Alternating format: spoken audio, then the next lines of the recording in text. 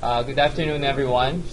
We're going to start right now. So I'm talking about this a very daunting topic on drug-induced lung disease. And, we'll come to appreciate why this is a huge topic to concise in less than an hour of lecture. These are my disclosures. I don't own anything in terms of pictures on this slide because some of them are copyrighted and they're used under fair use principle.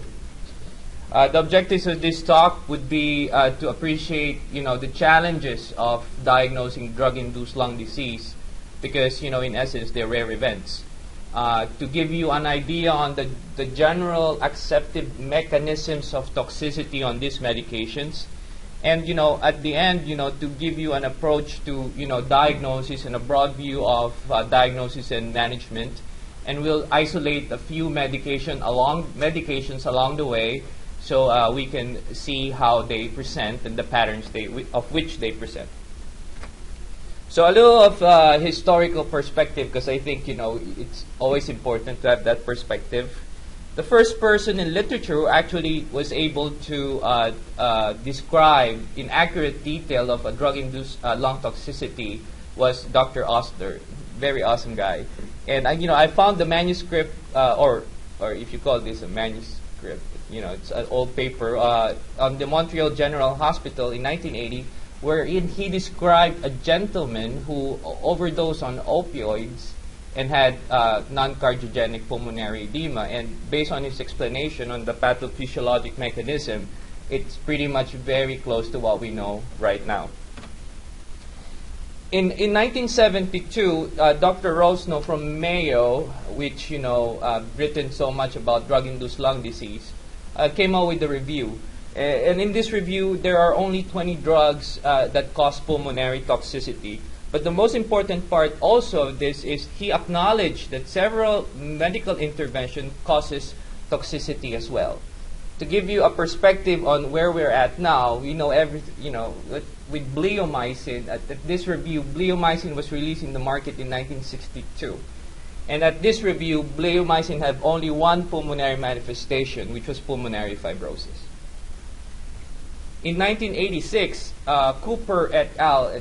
Published in the Blue Journal of a review, and in this review, there are more than 20 drugs. And there are 19 identified cytotoxic medications and 17 non-cytotoxic medications. To give you a perspective, in 1972, we know two manifestations of bleomycin. It's pulmonary fibrosis and hypersensitivity-type. Like injury on the lungs. Now in 2010, if you know Dr. Rosno is here again and Dr. Camus, French guy who actually is very famous in the drug toxicity world as well because of his efforts, and I'll let you know what was that.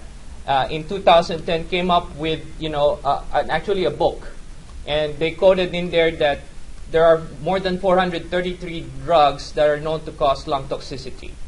This is a 200 medication increase from what they know in the year 2000. And I asked our medical librarian, can you track down this book? And this book is very hard to find. And we did the online search. There's only 29 medical libraries in the United States that carries this, none in Michigan. And worldwide, there's only 2 libraries that carries both. Both of them are in France, and the reason for that is Dr. Camus is French. In 2015, there are already more than 600 medications causing pulmonary toxicity. And in 2015, if you check, bleomycin has already 29 manifestations, from pulmonary fibrosis to weird cavitating granuloma. So it's a huge list. So, why is it difficult to study drug-induced lung disease? Oh, I have a beautiful slide here. I guess it's not there. So it's difficult because it's not limited to the therapeutic medications that we give or the preventative medications that we give, like aspirin or statin. And the scope of toxicity includes illicit drugs And also intervention, radiation. Everybody gets oxygen when they go to the hospital. And blood transfusions as well. And also, the scope of pulmonary toxicity encompasses everything from the pulmonary system, from the nose down to the neurologic drive to breathe is part of the pulmonary system. In the interstitial airway, affecting airway, warfarin for some reason causes tracheal calcinosis. We don't know why. And also, adjacent to the airway system, like steroids inducing lipomatous changes in the mediastinum causing airway compromise through mechanical means. That's also considered. The pleura, the vasculature, and everything from the neurologic respiratory drive could be affected by these medications.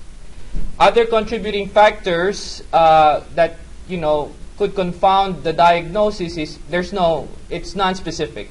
Everything could be anything.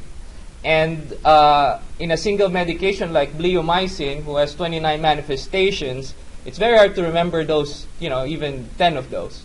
And sometimes toxicity happen in a compounded manner, like patients receiving multiple chemo medications that more than one of which could be pulmonary toxic. And sometimes the underlying disease itself, like rheumatologic diseases, could have pulmonary manifestation that might be similar to the drug that they're being treated with.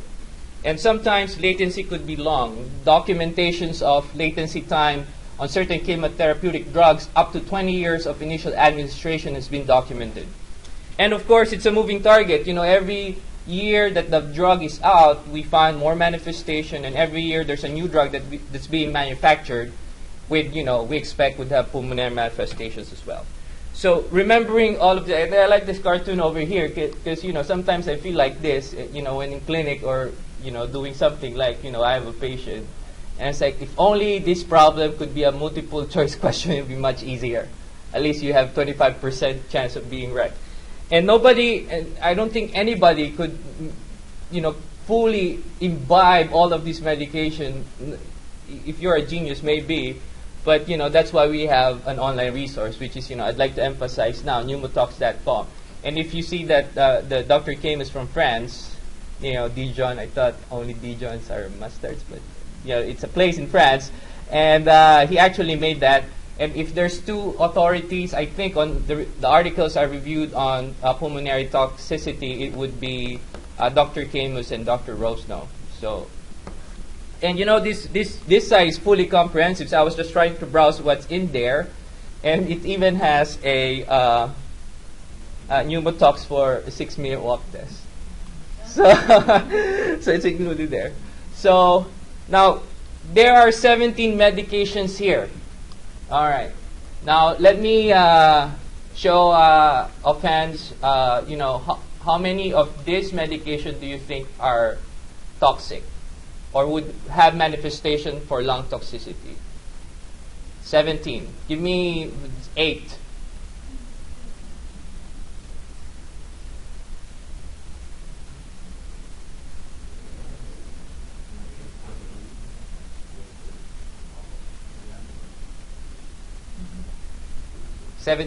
Out of 17. 10? 4? Toxic? 8. Okay, so 4 to 8 are toxic. So, again, to emphasize the fact that I don't think any normal human being would be able to memorize all of these manifestations. Actually, in this medication list, those struck by a red line, there's 5 of them, are the medication that has no manifestation listed for pulmonary toxicity. So, and this is a common patient. No, not all of these medications you see commonly on patients. So epidemiology is very difficult for the entire world of lung toxicity. It's very difficult to determine because, maybe on certain medications, there are separate epidemiologic data. But, as a whole, it's very difficult to determine its occurrence. I was able to find this nice article, and this is mostly quoted in many reviews. This is a prospective trial of 817 patients, wherein they ask the patient, they give them a questionnaire, after initiation in the outpatient, in the general practice, after they initiated the medication, and they will ask them, okay, these are the symptoms, and they broke down the symptoms based on the organ structure or organ system. And so they found out that about 1.2% complaints were pulmonary in nature, and it's either coughing or wheezing. So it's rare, but it happens. And also, if in a cohort of consecutively referred patients to 6 hospitals, it's about 160. If you see the drug as a cause of ILD accounts for 4.4%. And so if you don't put it in your differential, it will never come up. So this is also a big study. It's actually a prospective analysis of 898 patients, wherein they tested a provocation tested patients who came to their clinic complaining of drug allergy. So they did 1,372 provocation tests. 241 were positive, and among these, 12% directly affected the respiratory system, marked in red. So what are the general mechanisms of pathophysiology? I always like pathophysiology because I tend to appreciate the mechanism more if I see pictures. So I was trying to do that for you guys. So general mechanism of injury, in a sense, would depend on many factors. The drugs, the host genetics, and their interaction could be different from each individual patient. The exact molecular mechanism of drug-related injury is unknown. It's an ongoing field of research. Some drugs are researched more than the others, so we tend to have more data on them. That's why in several medications we have good models, and some other we don't have good models. And there's probably more than one mechanism because, as you know, bleomycin causing pulmonary fibrosis is a different mechanism than an opioid causing pulmonary noncardiogenic pulmonary edema. It is also different from an ACE causing coughing, which is a pulmonary manifestation as well, to gentamicin that causes respiratory muscle paralysis. So different mechanism. But all in all, you should know that the lung is a unique organ. It's for me to say that, it being a pulmonologist, trying to be a pulmonologist is quite biased, I think. But it is unique because the lung is the only organ that receives all the circulation system. It gets the bronchial artery, the pulmonary vein, and the pulmonary artery. So the other thing is route of access. You can inhale the medication, you can give it IV, and go to your bloodstream where you can take it in. And it causes metabolic activity almost similar to the liver. And to my surprise, the lung actually contains cytochrome 450. And this population of cells, compared to the hepatocytes, they're only about 10% of the hepatocyte population. However, these cells are isolated only to type 1, type 2, and Clara cells. And you think about it, if a particular drug targets all type 2 pneumocytes, which is responsible for surfactant generation and also replenishing the structural type 1 cells, then you're in trouble. So you should know that I think it's important to point out that CYP1A1 and CYP2A13, which is found in humans, are responsible for metabolizing cigarette nicotine. So as an interesting trivia, so it's not called Clara cells anymore. It's called club cell or hump cell. And I know, back when we were med student, we called it Clara cells. And the reason is Dr. Max Clara was part of Nazi Germany.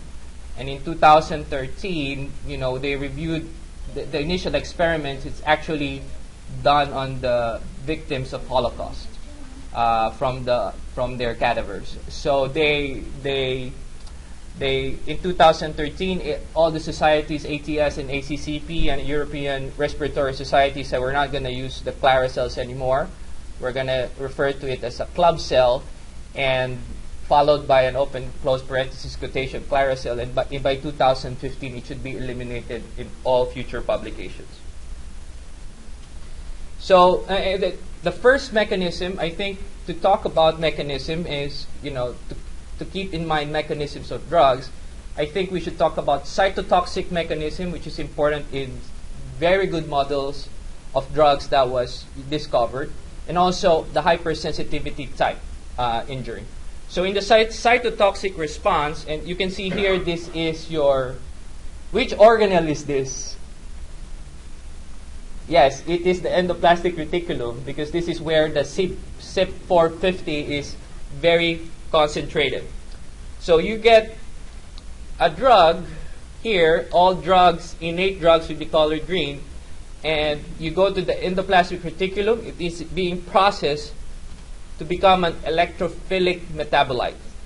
This electrophilic metabolite is very active and would seek out to bind lipids, proteins, and nucleic acid where they exert their damage. Now, in here, this electrophilic metabolites form covalent bonds. And in the toxicity word, covalent bonds are very important because it's very hard to displace. And so we know that bleomycin, one of its mechanisms that causes fibrosis, could be blamed on covalent bonding of electrophilic activated drug to the target molecule, in this case, the protein. And then it exerts cytotoxic damage. Another mechanism as well is in the presence of a drug, an NADPH, this drug gets reduced and becomes an intermediate. This intermediate is highly reactive, and in the presence of oxygen will create a super anion oxide radical and regenerate its inert drug. This is called redox recycling, and a very good example of this medication that does this is nitrofurantoin, along with paraquat and adriamycin. And the other is that the electrophilic metabolite just causes havoc and causes a lot of oxygen radicals, and a good example of this is cyclophosphamide.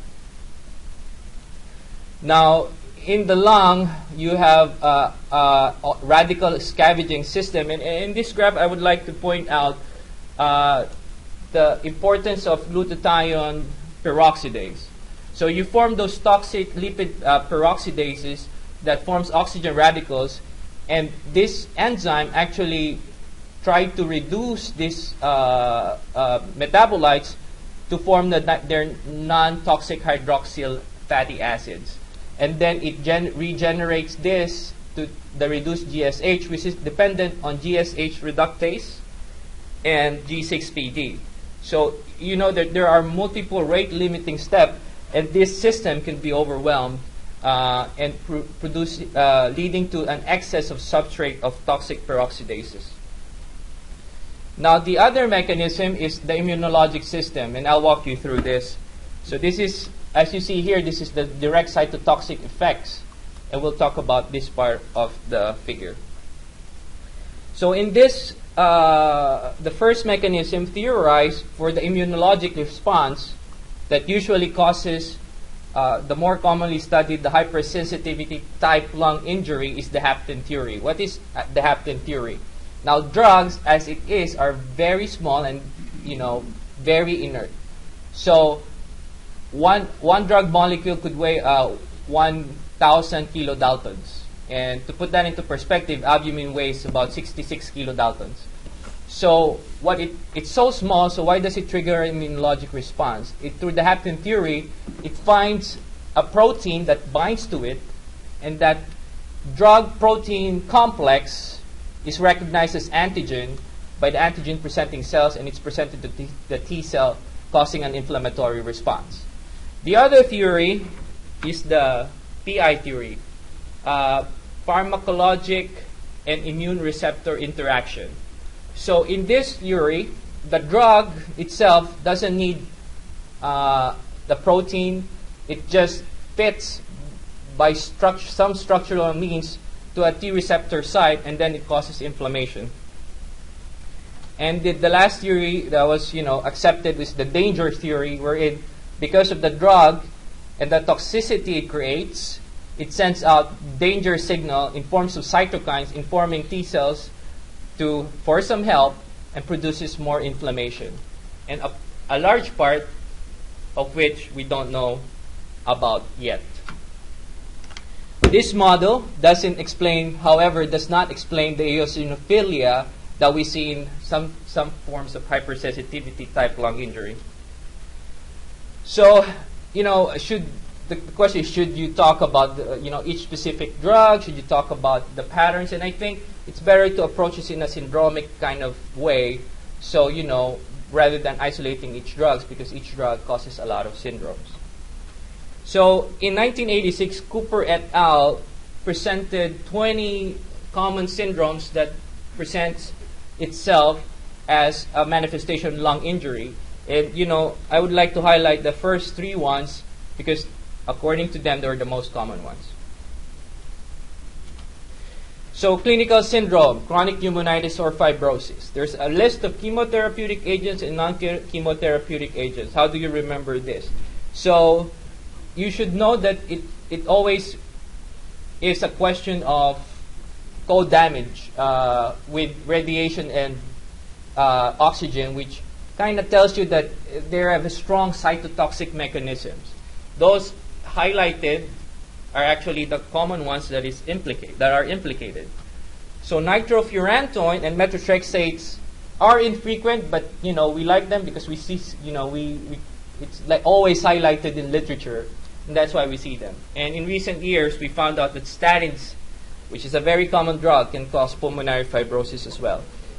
And in terms of clinical presentation, these patients will come in chronic cough or slowly developing dyspnea, and then lo and behold, you do a PFT or you do a imaging, and it's abnormal. So this is a X-ray, of course, just X-ray and a CT scan. To bring your attention, in this X-ray, there seems to be an interstitial pattern of opacities, predominantly at the lower lobes of the lung, and the CT scan is showing the white arrow is pointing to conglomerate fibrosis, and the black arrowhead is pointing to bronchiectasis. So in this patient, this is a 77-year-old patient receiving nitrofurantoin for chronic UTI. The biopsy demonstrated NSIP. Okay.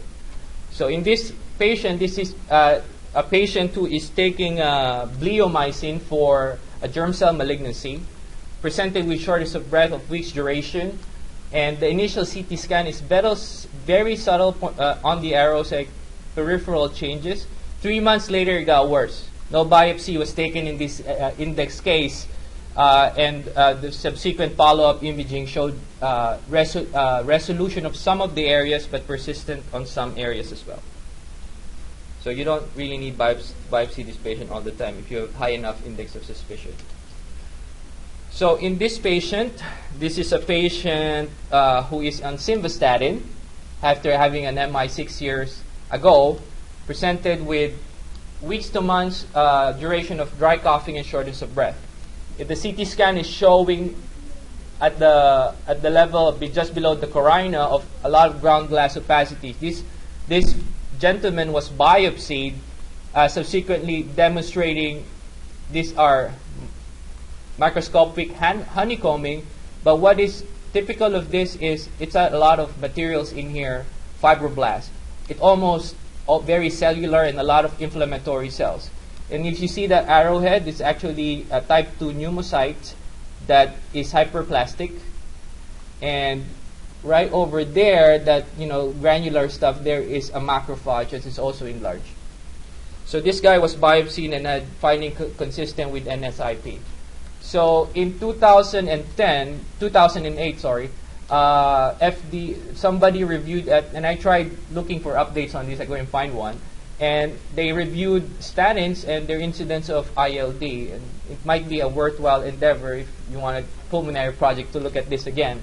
That it happens and it's been reported, and simvastatin seems to be the one that's about 40% of all the statin causes it. And because simvastatin is the most prescribed statin.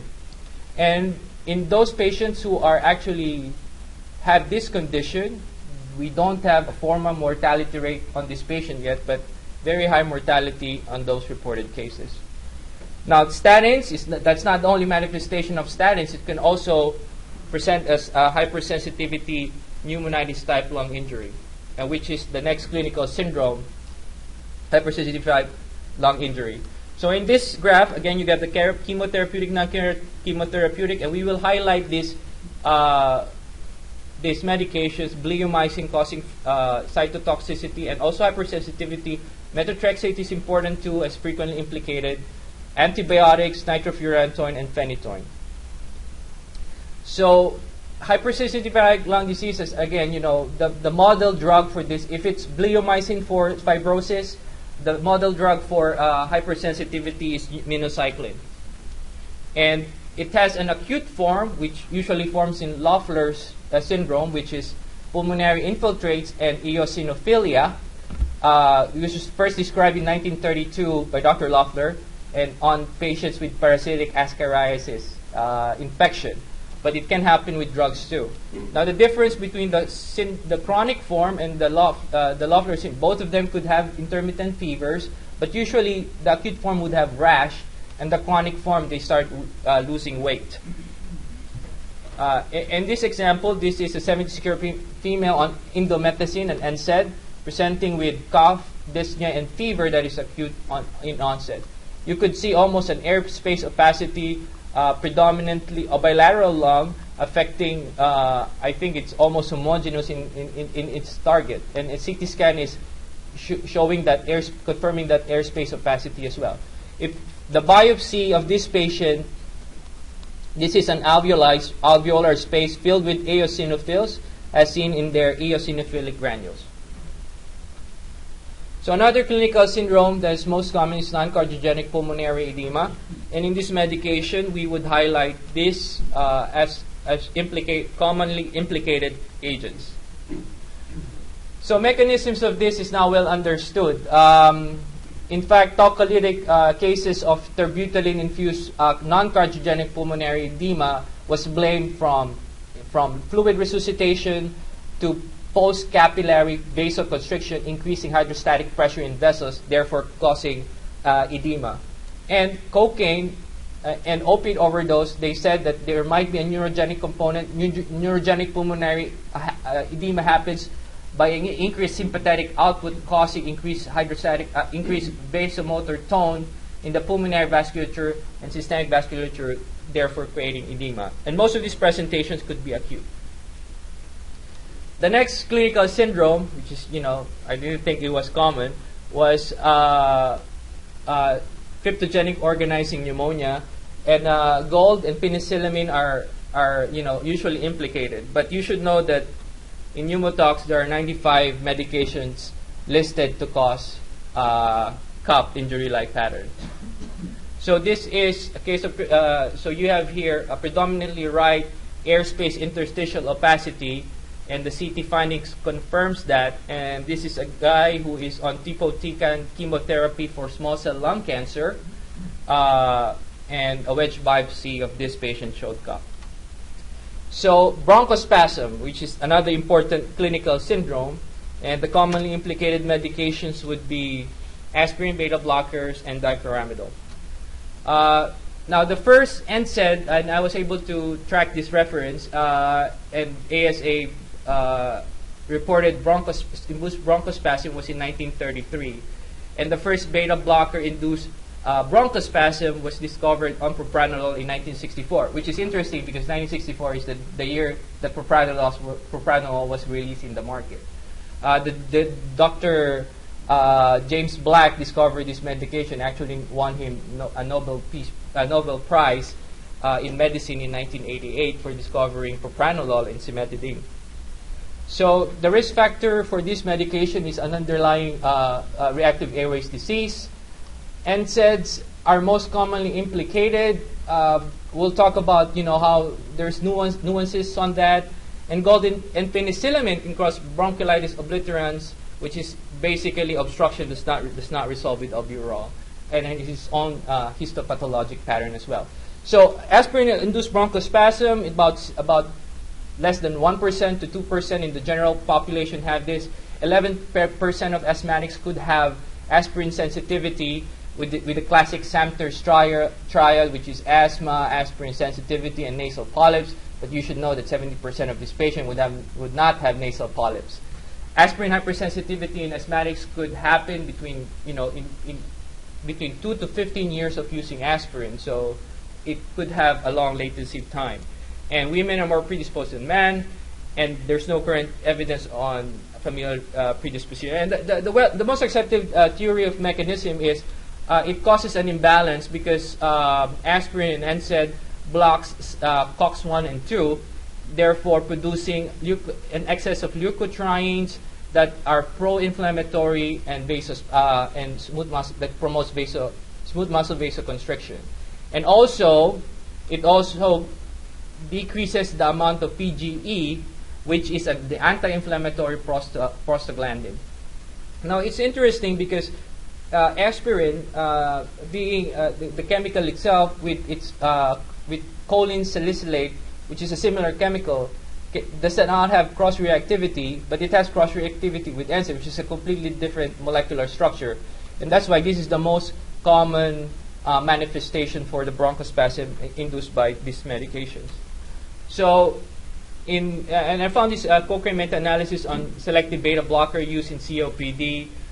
They have 22 trials that they put it in there together. And this in this forest plot, you can see this is a single dose group. Those who receive between 50 to 200 milligrams of metoprolol per day. This is their baseline FEV1 without drug and with no drug. And you can see there that there's no difference in terms of FEV1. And also you should know that there's no difference on their symptoms as well and their responsiveness to beta agonists.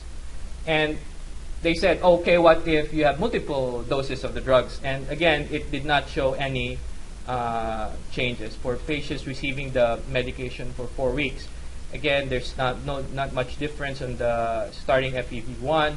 And even in subgroups of severe COPD, selective beta blocker seems to be safe in COPD patients. Because we know that in COPD patients, the most common cause of death is still cardiac too. So, however, there is a theoretical problem wherein increasing dose of a selective beta blocker could actually override its selectivity and affect beta-1 receptors as well. And this is a pulmonary vascular disease, which is another syndrome. And you have different, within that syndrome, there's several presentations, which you can see here: thromboembolic pulmonary hypertension, vasculitis, and veno-occlusive disease. Take home point: veno-occlusive disease almost invariably happen to chemotherapeutic agents, most of which are used in bone marrow transplant patients. And pulmonary hypertension, as we know, as we rotate to pulmonary hypertension, these medications had been discontinued, and thromboembolic events are associated with contraceptive medications. So, let me go back here. So, another interesting thing that I wanted to point out is in the vasculitis portion of this is, again, because we're pulmonologists, we see this all the time. We prescribe Saprilucas or Montelukast for an up-step therapy in moderate intermittent asthma. So it's been documented that LRTA antagonists can cause Church-Strauss syndrome, which is kind of difficult to say because Church-Strauss syndrome can present as asthma. And so there have been a case studied in 2008 wherein they saw that Montelukast, they separated those who are on inhaled steroids and LABA, and there's a strong signal on Montelukast, but a higher risk of contracting Church-Strauss. And this is an event rate that is very rare, about 1 per 15 to 20,000 patient years. And so this is a recent study, but they studied the FDA database from 1997 to 2003 with the total drugs that caused Church-Strauss of 1,274, only 181 met their criteria. And 90% of the patients that had Church-Strauss with LRTA had good temporal correlation. So it happens. And they theorize that maybe steroids is important because what happens when you have a poorly controlled asthma comes into your clinic, you say, okay, let's give you some bursts of steroids, see if you feel better. And also, what do you do they isolate a certain group of patients that who are doing well with asthma, you withdraw the steroids, and then their Church-Strauss flares up. So it's After eliminating those two populations, they still came up with 64% of good temporal correlationship with LRTA. So it can happen. So please keep that in mind. So general approach to diagnosis management, and I like this cartoon too, because I think we should think about this. We're giving a pill to a patient, but it carries a lot of side effects. So general approach to diagnosis, you should have a high index of suspicion. If you're not thinking about it, you won't think about it. You should be able to recognize the pattern. Temporal eligibility is important. Of course, if they had the problem before initiating the drug, it's probably not the drug. And the laboratory testing, imaging, even biopsies are meant to exclude other etiologic causes. It is a diagnosis of exclusion. So to point that out, radiographs are often bilateral, and there's no specific pattern. Also, histopathology could vary. And to point this out, I have here several radiologic patterns of a drug, and let's put a drug there, amiodarone, and it actually has multiple radiologic presentations, so it's non-specific. And pulmonary function testing, it's a great tool, but you should know its limitation. On literature, it's only been strongly correlating higher signal in busulfan, bleomycin, and amiodarone. Early carmustine drug-induced lung toxicity, which can be devastating, cannot be detected by PFTs. Common pattern of in this problem is pneumonitis. The problem is decrease in diffusion and restriction. It could be obstructive as well. So it's very helpful, but you should be aware of its limitations. BAL and VAS, as I mentioned, are used to rule out other etiologic causes, most of which are infection, and then then it's a diagnosis of exclusion. So in Japan, they use this test. It's called Drug-Induced Lymphocyte Stimulation Test, and it's a great test if there's a strong immunologic component to the drug. It works well with penicillin drug-induced hypersensitivity-like reaction and a minocycline, which they used before. In fact, minocycline has been used as the model for this medication. So you have microsomes from endoplasmic reticulum. You add that with your drug, and you form an electrophilic metabolite. This electrophilic metabolite, in the presence of primed lymphocytes and thymidine, you expose this guy goes crazy and replicates like crazy. So he needs the thymidine for its genetic material, and you have a signal there on the population of lymphocytes. So a positive test is a stimulation index of 180%. What does that mean? That means that 1.8 growth in the population of cells containing the signal, and it's highly immunologic dependent. So if it's just cytotoxic effect, you won't get this test positive. This is not FDA approved and used only in Japan. So because it's getting crazy, I will isolate a few medications in my last 10 minutes that you should pay attention to, because it's going to be asked a lot in the boards, or you see this all the time, because we get consult all the time from P2 or our oncology floor. So bleomycin is a very important drug. It's been used as the model for pulmonary fibrosis in rats, because you give it, it causes pulmonary toxicity. In fact, its rate limiting, dose limiting side effects is pulmonary fibrosis, and it causes 10% of pulmonary interstitial pneumonitis in patients. And the reason for this is the lack of, in the skin and lung, where the bleomycin metabolite accumulates, is the lack of bleomycin hydroxylase enzyme, which deactivates this highly reactive intermediate. So this is the PFT in Hodgkin lymphoma treated with bleomycin, a prospective study of 53. As you can see, bleomycin has a predictable decline in diffusion. They gave it 1 month later. There's a significant drop from 94% predicted to 82%. However, it can recover. Now, if you mix bleomycin with other treatment, such as radiation, your diffusion drops significantly and it stays there. Now, the problem is it's a great tool, for testing, but the limitation of diffusion is its low specificity. So if it drops with the patient progressed to pulmonary fibrosis, there's no good data on that. But if it declines, then you should be worried about it. but we don't even know what a significant decline is clinically. So the mechanism of toxicity, I got this from the ACCP board review. There's no good one to be found online in the library. Is bleomycin, its metabolite reacts with iron and creates an unstable molecule that produces a lot of oxygen species, and inciting pulmonary inflammation. Some patients who had this molecule, the alpha V beta 6 integrin, has actually, they push antibodies on that, and their fibrosis is ameliorated.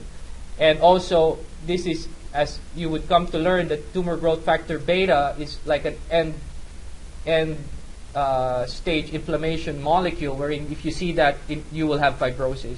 And it's the same in all fibrotic states. And they develop antibody on that, it ameliorates fibrosis. One interesting thing, you know, they experimented on rats and they removed the thymus. And this patient was given, these mice were given bleomycin. They never caused pulmonary toxicity, but they knocked out the mice that causes severe common variable immunodeficiency, and they gave them bleomycin, and they produce pneumotoxicity. So the mechanism could be more complicated than our model can predict. So bleomycin risk factors, and it was one of those that you should know, is a cumulative dose of 400 to 500 is pneumotoxic. Combination with drugs and radiation, cyclophosphamide, can cause increased toxicity. Oxygen exposure, the data is conflicting on this, but in generality, you know, you got a very active metabolite. If you add oxygen on that, you get more oxidative stress. Renal dysfunction, liver dysfunction is a risk factor, cigarette smoking, and age. Bleomycin lung injury, treatment is stop the medication, steroids. The data on this is not that great because we give it because it worked in some, but in some cases 100 patients show resolution with, you know, just holding the medication. So depending on the severity. Busulfan, it's important medication again because it's used in bone marrow preparation. Its mechanism of injury is thought to be oxidative stress, and in the incidence in this 1,230 patients who receive busulfan is about 3%. So timing is vary. It could be 30 days to 10 years before the manifestation of toxicity manifests. So it can also present with different clinical syndromes, and withdrawal and maybe some steroids would help. High mortality, 50 to 80%, if it's the fibrotic form. So in patients with busulfan, again, they looked at 52 patients in their pulmonary function testing. At the 3 months after the initiation, you see a decline in your flows, but it kind of stayed there. But in the DLCO, universally, even the diffusion constant, after 12 months of treatment, it has significantly stayed abnormal. What does that mean? It's lung toxic, but does it impact clinically? We don't know. Abrencillo or carmustine-induced pneumonitis is very important because Abrencillo has a good blood-brain barrier penetration, so this is used a lot for brain tumors. The incidence is 1 to 30% in literature, and mortality is high, but sometimes we don't know the mortality is high coming from malignancy or the medication itself. But what we know in pediatric patients who receive this medication, 20 years later they can manifest as pulmonary fibrosis, and when it manifests as pulmonary fibrosis, rapid death ensues. 3 more slides. So it's not cytotoxic medication. Amiodarone, nitrofurantoin. Why this medication? Because these are implicated medication. Are they common? They are listed as common to infrequent. So amiodarone is a good medication to study because I think there's a robust mechanism surrounding this medication. So it's widely used. It loves lipids. That's why it's a very high volume distribution and a very long half-life. So in this study in 2011, recently new, they followed 6,000 plus patients, and they said that the incidence is on patients receiving bleomycin versus the general population is about 4%. Clinical patients, again, this is very important. The toxicity is dose dependent. Patients more than 4 milligrams per day That's why, you should de-escalate. 6 to 12 months of therapy has increased risk of pneumotoxicity. Manifestations could be varying from fibrosis, inflammation, hypersensitivity to cough. So the treatment for this is drug withdrawal, and sometimes you put this patient on steroids, and they tend to be, because the drug stays longer in the system, then steroid therapy tend to be longer as well for 4 to 6 months. Mortality varies as well. We don't know if it's 1 or 33%, but this is what is suggested by literature. Mechanism. So it binds lysosomal lipids, and this is, I think, this kind of solidifies why do they have foamy macrophages, because they impair their ability to metabolize the lipids. So the macrophage phagocytoses these lipids, and you see foamy macrophage. But the important in this mechanism is apoptosis, and it could be from local toxicity or production of oxygen radicals. Again, it can present as an immunologic reaction as well. Interestingly, in this retrospective study of 524 patients on amiodarone receiving ACE, they found out that patients who are on ACE, as you see here, there's the percentage of patients having pulmonary toxicity on amiodarone, and you see patients who are in ACE compared to patients who are not in ACE have lower incidence of pulmonary toxicity. We don't know exactly why, but we purported that angiotensinogen is an important factor in apoptosis of the cells. So another, I think, good clinical pearl is you can see here an X-ray. This is a 71-year-old male with history of BTAC presenting with cough. Is high attenuation on CAT scan. And you see this airspace opacities in the upper lobes, and the CAT scan is showing this hyperintensity signal in the right upper lobe. And this happened because amiodarone contains iodine, and iodine lights up because it's like contrast, and you see that then, and you see this in the liver too. So it could be amiodarone toxicity. So nitrofurantoin, it's an old drug. It's the incidence in the 60s was high, then it became lower. And then the incidence is coming up again just because of the changing antibiogram, as we know that certain ESBL, urinary tract infection, is very sensitive to nitrofurantoin. Clinical features is varied. Chronic type could have pneumonitis and fibrosis. Acute type could have hypersensitivity-type reaction. Risk factor is female, but this is likely because female usually have UTIs, or they're given more nitrofurantoin. So mechanism is completely understood, but thought to be related to oxidative stress. So management, mild cases could resolve with steroids. Lack of evidence for steroids used in severe cases. There are case reports there that, severe radiologic manifestation, severe decline diffusion. They couldn't take steroids. They got better on their own. And if they're going to get better, they're going to get better fast, because 88% gets better in 3 days. So conclusion and summary. So drug-induced toxicity encompasses a wide variety of presentation, and its mechanism varies. So it's very hard to pinpoint, this medication. It should always be part of your differential in a patient presenting with new or worsening lung problem. If you don't think about it, you won't think about it. So the other thing that we want to highlight is study of this field is evolving, and I think the best next approach for the future lectures on this one is isolate cytotoxic medication on a specific field, like bone marrow patients and cytotoxic implications of the medications there, or cardiac medication and its pulmonary toxic manifestation.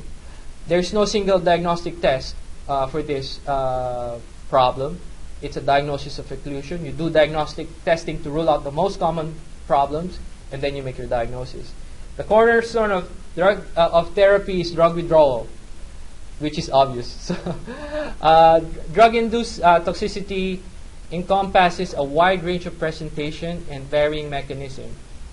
And again, it should be part of your differential in all your patients. Might it be bronchospasm, worsening asthma, or bronchospasm, ILD, or even a weird ground glass opacities on the X-ray, where they started on a new medication.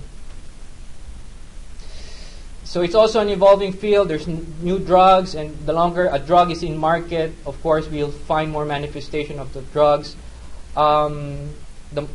if you have to remember anything, remember chronic pneumonitis and hypersensitivity-type lung injury and noncardiogenic pulmonary edema, because they're the most common. And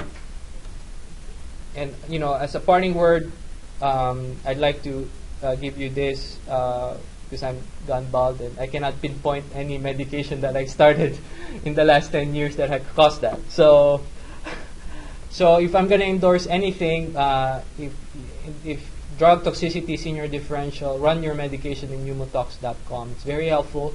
You can query the system two ways. You can query it via drug, and it will give you all the patterns that it manifested. It will give you literature, related literature, at least the recent ones, but not good reviews. It won't give you good reviews. And also, you can query it via pattern. If you see diffuse alveolar hemorrhage or lupus-like reaction that happens in tumor necrosis factor inhibitors, you can query the system the other way around. And with that, I hope I did justice on a very broad topic.